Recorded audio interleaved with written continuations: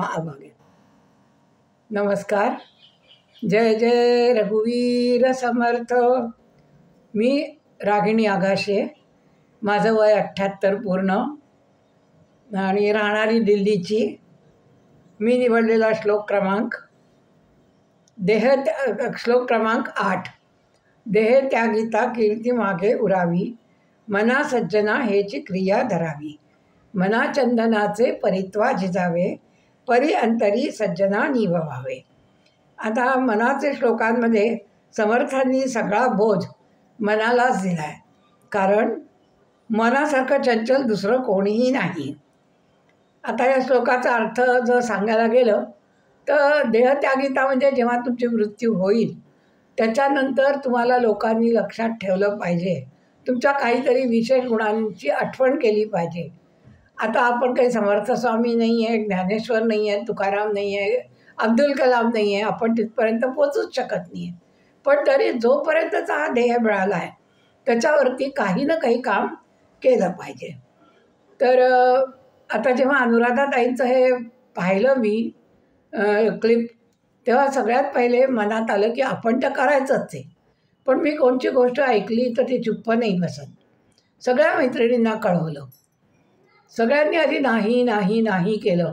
पण आता हळूहळू 1, 2, 3, 4 याचं कारण असं आहे की माझा एक तर स्वभावही तसाच आहे आणि दुसरं थोडंसं दासबोधाचं अध्ययन पण करते.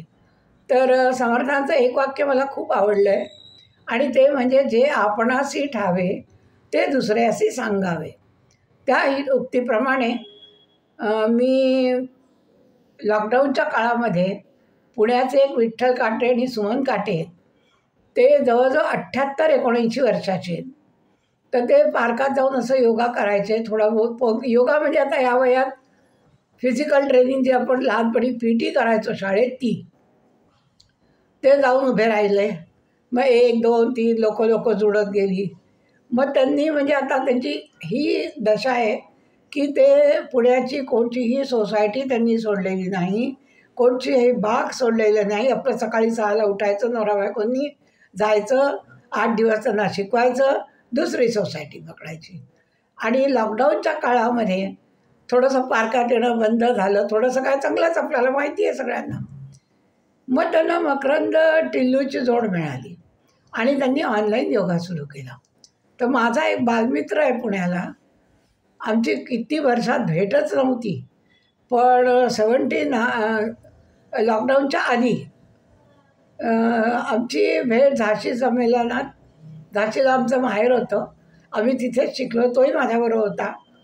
तर तेव्हा आमची भेट झाली, तेव्हा आमचे फोन एक्सचेंज झाले आणि त्यांनी मला ती लिंक पाठवली की तू मेंबर ह्याची होते का. आणि मी सक्सेसफुली तो ऑनलाईन फॉर्म भरला. म्यूट अनम्यूट काय असतं काही मला माहीत नव्हतं, ते मी जॉईन झाले. त्याच्यानंतर त्यांची एक पद्धत आहे की वाढदिवस तुमचा असेल तर त्या महिन्यातला फॉर्म पण तुम्ही भरायचा. आता मी 7 सप्टेंबरला ते सुरू केलं आणि त्यांनी 5 ऑगस्टला 20ला हे सुरू केलं होतं ऑनलाईन. म्हणजे सगळ्यात पहिली लिंक महाराष्ट्राच्या बाहेर बहुतेक मलाच मिळाली. आणि मी त्याच्यानंतर 100 ते 125 लोकांना जोडलं आहे. तर निदान माझी आठवण लोकांना काही ना काही कारणाने तर याच्या ह्याने तर येईलच की अरे त्यांनी आपल्याला ऑनलाईनमध्ये जोडलं. आता आम्हाला सकाळी 6:40ला जेव्हा आम्ही सुरुवात करतो तेव्हा इतक्या मैत्रिणी भेटतात, कुठे आमची कुठे ओळख नव्हती. त्यातली आत्ता एक मैत्रीण इथे दिल्लीला पुण्याहून आली होती मुलीकडे, पण ती मला भेटायला आली. तर आता हा मैत्रीचाच भाव आहे की नाही. आता श्लोकाचा अर्थ सांगायचा म्हणजे देह त्यागिता कीर्ती मागे उरावी. म्हणजे असं कार्य करून जा की तुमचं कार्य लोकांना लक्षात राहील. आणखी त्याच्याकरता त्यांनी उदाहरण किती छान दिलं आहे की मना चंदनाचे परित्वा झिजावे. आता गंध उगाळतो तेव्हा ते चंदनाचं जे लाकूड असतो त्याला आपण गोल गोल गोल गोल पाण्यावर फिरवतो म्हणजे ते घासलं जातं. आणि चंदनाच्या झाडाला विषारी सर्प लपेटा घालून असतात.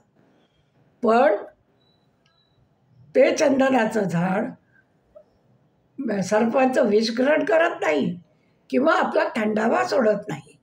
त्यांचं जे गुण आहेत ते तसेच घेऊन राहतात. तर आपणही थोडासा तसा प्रयत्न केला तर चांगलं होईल.